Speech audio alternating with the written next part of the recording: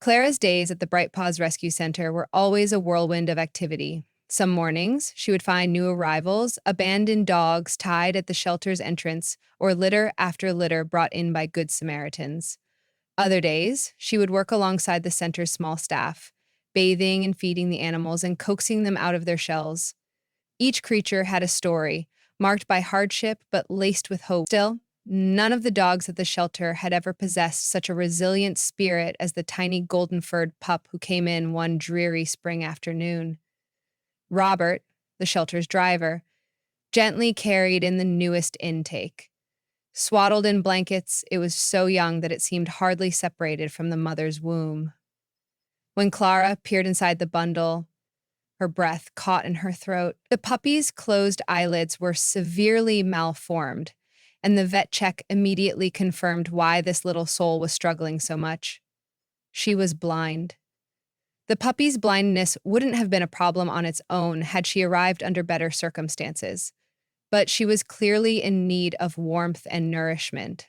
Her bones jutted out beneath her unkempt fur, which was still patchy in several places. Clara had always been drawn to difficult cases, and the moment she held the trembling little creature, she felt a flood of protective instinct.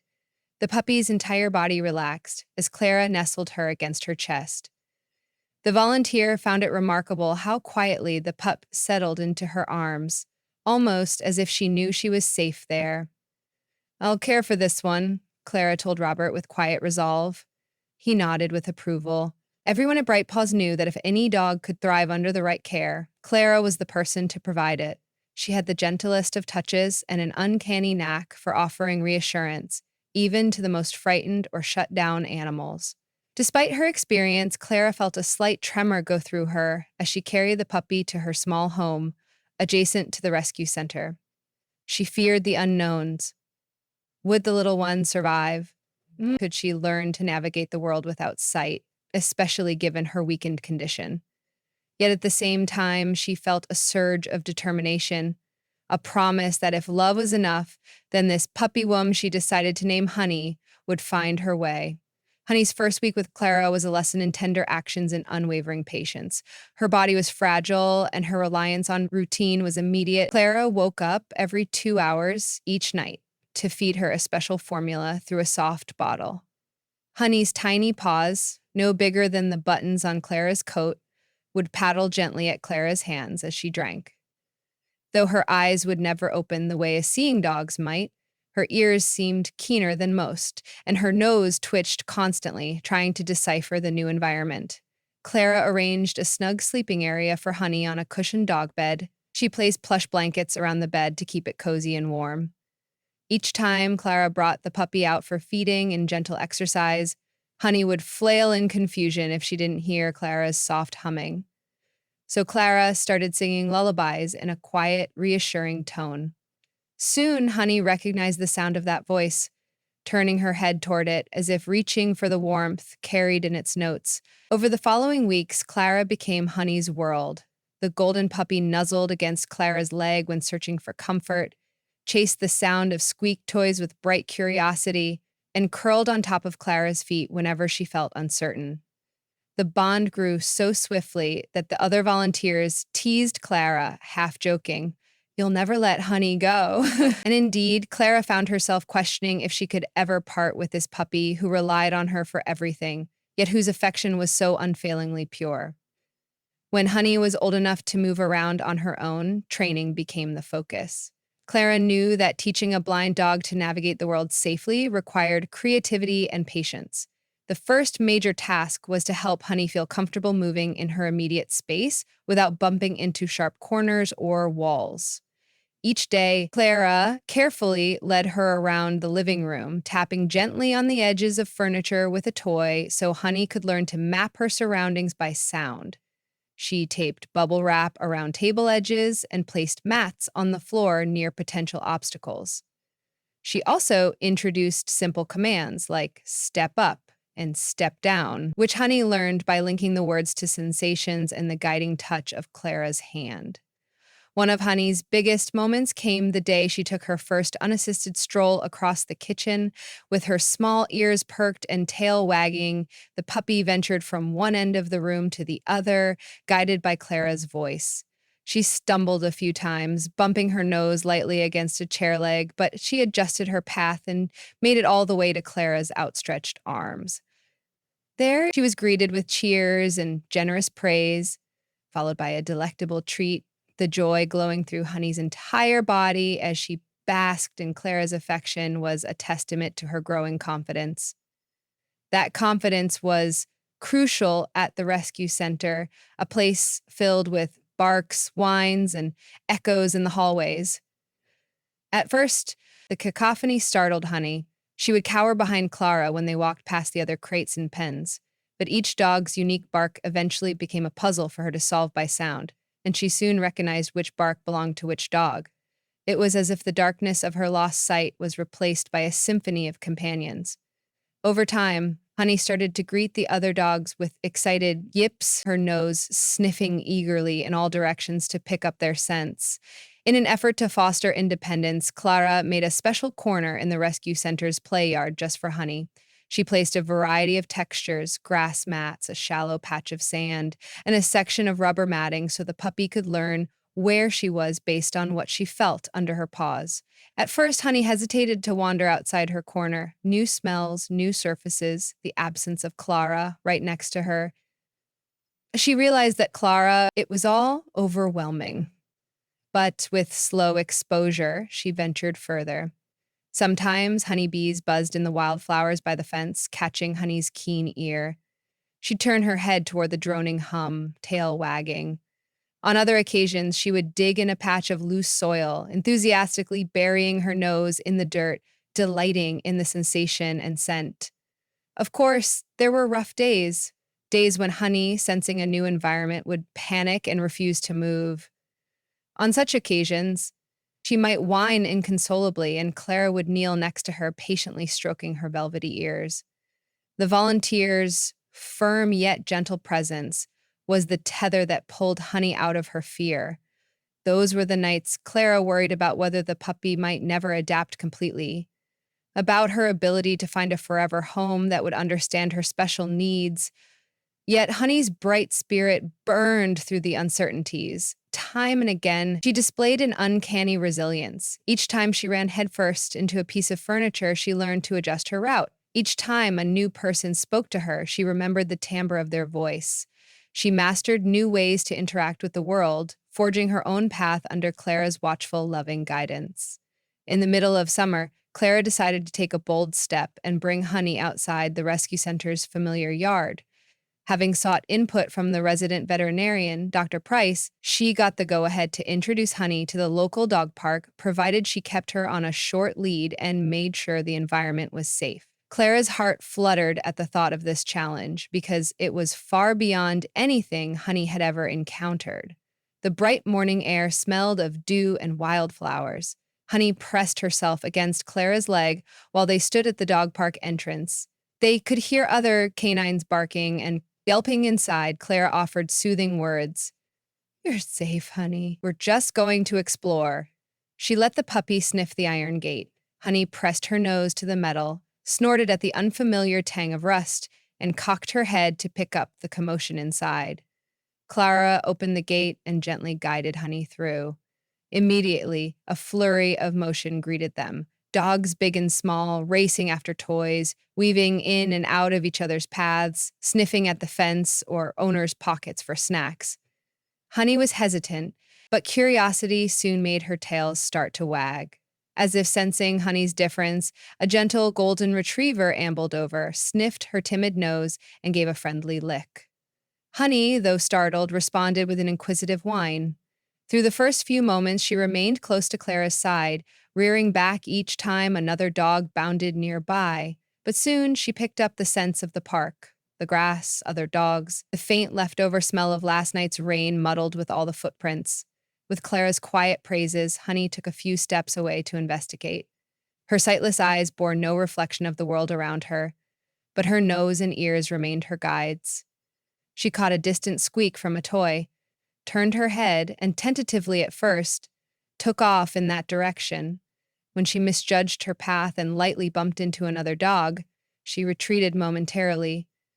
However, the other pup simply wagged its tail, and Clara reassured her, "It's okay, honey." Encouraged by those words, she continued onward, forging an invisible map in her mind of the dog park, guided by the laughter of children nearby, the panting breath of the other canines, and Clara's voice.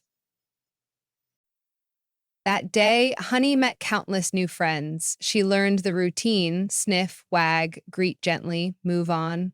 By the time they left, she was wagging her tail so hard that Clara feared it might strain. A warm sense of accomplishment filled Clara's chest at the sight of Honey's joy. She was proof, living and breathing, that even without sight, a dog's life could still shine with adventure. Following that triumphant outing, Clara continued to help Honey expand her horizons. They ventured to the local coffee shop where dogs were allowed on the patio. Honey lay at Clara's feet, ears flicking at the sounds of music drifting from inside. On a different occasion, they visited a tranquil pond. There, Honey placed her paws in the shallows, listening intently to the gentle lapping of the water, tilting her head at the faint rustle of fish beneath the surface. Each step of new exploration made the puppy's trust in Clara all the more profound. But as the days passed and Honey grew into a sturdy, healthy dog, the prospect of adoption overshadowed Clara's heart. Her job at the rescue center was to nurture these animals until they were ready to find permanent homes. It was the hardest part of volunteering, saying goodbye to a creature she had grown to love so dearly. She could adopt Honey herself, but with limited space and the knowledge that there were always more animals needing help, Clara contemplated whether that was truly the best way forward.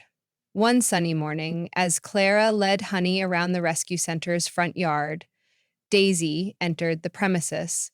Daisy was a sweet-natured woman with graying hair, known to the staff as an experienced dog owner who had recently lost an elderly Labrador to old age. She had come to donate supplies and toys, to share a bit of comfort in her grief. Daisy's footsteps slowed when she spotted Honey. She watched the pup carefully navigate around flower pots, following the sound of Clara's voice. "Is she blind?" Daisy asked softly, approaching with curious interest. Clara explained Honey's history and how she had been training and growing stronger each day. The older woman seemed deeply moved. Tears clouded her eyes, and she bent down to stroke Honey's silky fur. The dog sniffed her hand, tail wagging slowly, as if extending an invitation. That afternoon, Daisy asked if it would be possible to meet Honey again. She wanted to see how the puppy behaved without Clara right by her side, understanding that adopting a special needs dog demanded adjustments and a deep reservoir of patience. After a conversation with Clara and Dr. Price, Daisy returned the next day. Nervous but hopeful, Clara stood at a slight distance, observing how Honey responded to this new person who might become her family. Daisy offered her gentle voice. "Hello again, sweet girl," she said, tapping a squeak toy to catch Honey's attention. Honey padded toward the sound, tilting her head. Clara held her breath as the puppy moved forward, hesitant yet unafraid. With incredible gentleness, Daisy guided Honey's nose with one hand, showing her the squeak toy in the other, and slowly introduced new words. "Come, Honey," she said in a sing-song tone. And Honey, remembering the concept of following a voice, followed Daisy's. There were small missteps. Honey bumped into a bench near the yard's edge, but Daisy's delighted chuckle and unwavering guidance mirrored the same patience Honey had always experienced with Clara. Over the next few weeks, Daisy visited consistently. She asked endless questions about how to keep Honey safe at home, how to create a navigable environment, what training approaches would continue to help her flourish. She even spoke with Dr. Price, verifying all the medical details behind Honey's condition and the means by which to support her long term. Gradually, Clara grew more confident that Daisy genuinely understood the commitment. The older woman's earnest kindness radiated, much the way Clara's had, and she sensed that Honey was responding with trust. On the day Daisy officially adopted Honey, Clara's emotions tangled between heartache and relief. She clasped Daisy's hands, urging, "Please call anytime you have questions or worries. I want to stay in touch." Daisy promised that Honey would never be far from Clara's heart. Letting go is bittersweet. Clara finished the adoption paperwork, gave Honey a parting hug, and whispered, "I love you, my sweet girl." Honey pressed her nose into Clara's neck as if sensing the gravity of the goodbye. In the following weeks, updates came regularly, and each one was a balm for Clara's concerns. Daisy sent messages describing how Honey sniffed out every corner of her new home with huge curiosity and delight. She had a soft bed by the fireplace and spent hours dozing there when not venturing around to learn new scents. Daisy also found that setting up small wind chimes near doorways helped Honey orient herself to different parts of the house by sound. And true to her playful nature, Honey often stayed in the kitchen, pawing at the cupboards, hoping to detect the scent of treats hidden inside. With each passing day, Honey's growth was remarkable. Daisy wrote about the pup's new interactions, how she discovered the back garden's herb patch by smell and tried to roll in the leaves, how she once got confused in the living room, accidentally tipping over a small lamp, then carefully avoided that spot in the future, remembering the hazard. From these stories, Clara knew Honey was thriving. Darkness had never been able to stifle her joy. Fall arrived in a swirl of crisp air and changing leaves. The rescue center hosted an open house, inviting past adopters to come and share their success stories. To Clara's delight, Daisy showed up with Honey, who had grown lean and strong. Her ears were still as perky as ever, swiveling inquisitively at all the people and dogs she recognized by sound and smell. As they crossed the threshold, Honey heard Clara's voice and bounded forward, guided by that familiar warmth. Clara crouched and let Honey crash confidently into her arms. The puppy will, now nearly a full-grown dog, covered her with wet kisses, tail thumping with joy. In that moment, standing in the center of the rescue with a radiant dog pressed against her, Clara felt tears of gratitude fill her eyes. Honey had come such a long way, from a frail, blind puppy barely clinging to life to a confident companion who brought light to everyone she encountered. She realized that Honey's story was more than a testament to one puppy's resilience. It was a reminder that love alone might not fix every problem, but it could be the bridge that held a fragile being above despair, granting them the chance to flourish and learn. Darkness, in the grand scope of things, was just a state of being. Within it, Honey had found a different kind of brightness, a world of smells, sounds, and most importantly, unwavering love. As the open house continued, Clara watched other volunteers place adoptable pets, with people eager to open their homes. Seeing the cycle of rescue and adoption, she felt new energy surge through her. She hugged Daisy, whispering words of gratitude for providing Honey with the caring home she deserved. Daisy smiled, wiping away tears of her own. "She's changed my life as much as I've changed hers," she said. Before the day concluded, Clara caught another glimpse of Honey, curled up between Daisy's feet, occasionally lifting her head when a new sound intrigued her. Moments like those reminded Clara why she did this work. There would always be more frightened dogs and cast-off creatures arriving at the rescue. She would always face the heartbreak of their suffering and the unspoken pressure of limited resources. But she also knew that there would always be people like Daisy, and there would always be creatures like Honey, carrying the capacity to overcome hardships, if only given the gift of compassion. That evening, after the last guest left, Clara tidied up the rescue center's lobby. A hush fell over the building, broken only by the rustle of animals settling in their crates for the night. She recalled the day she first saw Honey, tucked in Robert's blankets, too frail even to stand. It was extraordinary to believe that same pup was now healthy and thriving, living a fulfilling life despite her blindness. Clara turned off the lights and locked the doors behind her. Out in the parking lot, with stars dotting the sky, she paused to appreciate the silent beauty of the night. She thought of Honey, likely asleep in Daisy's warm home. Even though the dog's eyes could never take in these twinkling constellations, there was a brighter light in her life, a love that banished the dark unknowns and replaced them with steady reassurance. As she walked to her car, the old worry about whether she had done enough dissipated. She recognized that in giving Honey time, devotion, and a chance at life, she had done what she set out to do. And in receiving Honey's radiant spirit, Clara had in turn found her own sense of purpose renewed. No matter how dire a situation might appear, there was always a glimmer of hope waiting to be kindled. Honey was, and always would be, living proof that with compassion and belief, even the deepest darkness could be overcome. Gathering her keys, Clara drove away from the rescue center with a heart brimming with gratitude and peace. Tomorrow would bring new challenges and new arrivals, but she felt ready. She knew, somewhere in the quiet hush of Daisy's home, a blind golden dog was curled up in a soft bed, intact in spirit and glowing with a love that no obstacle could ever extinguish.